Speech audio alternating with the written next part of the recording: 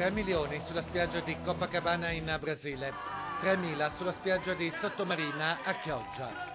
Un collegamento diretto, un ponte ideale in occasione della giornata della gioventù. Di carattere mondiale quella a Rio de Janeiro, di carattere interdiocesano quella in terra veneta.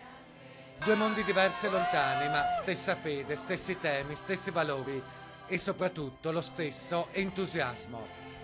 Fino dalla giornata di sabato, con centinaia di giovani accorsi da tutto il nord-est sul litorale più a sud del Veneto. La catechesi, la preghiera, la confessione e poi la notte di balli e festa.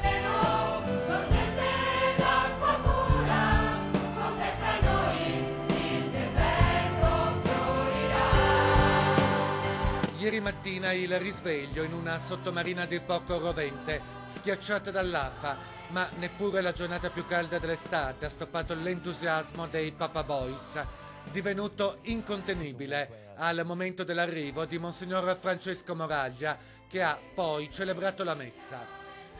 Non vivere la fede come un limite, non avere paura di scelte definitive, ha detto il Patriarca di Venezia, che di fatto con il suo intervento ha concluso il weekend dal titolo a dir poco significativo: Io, tu e Rio.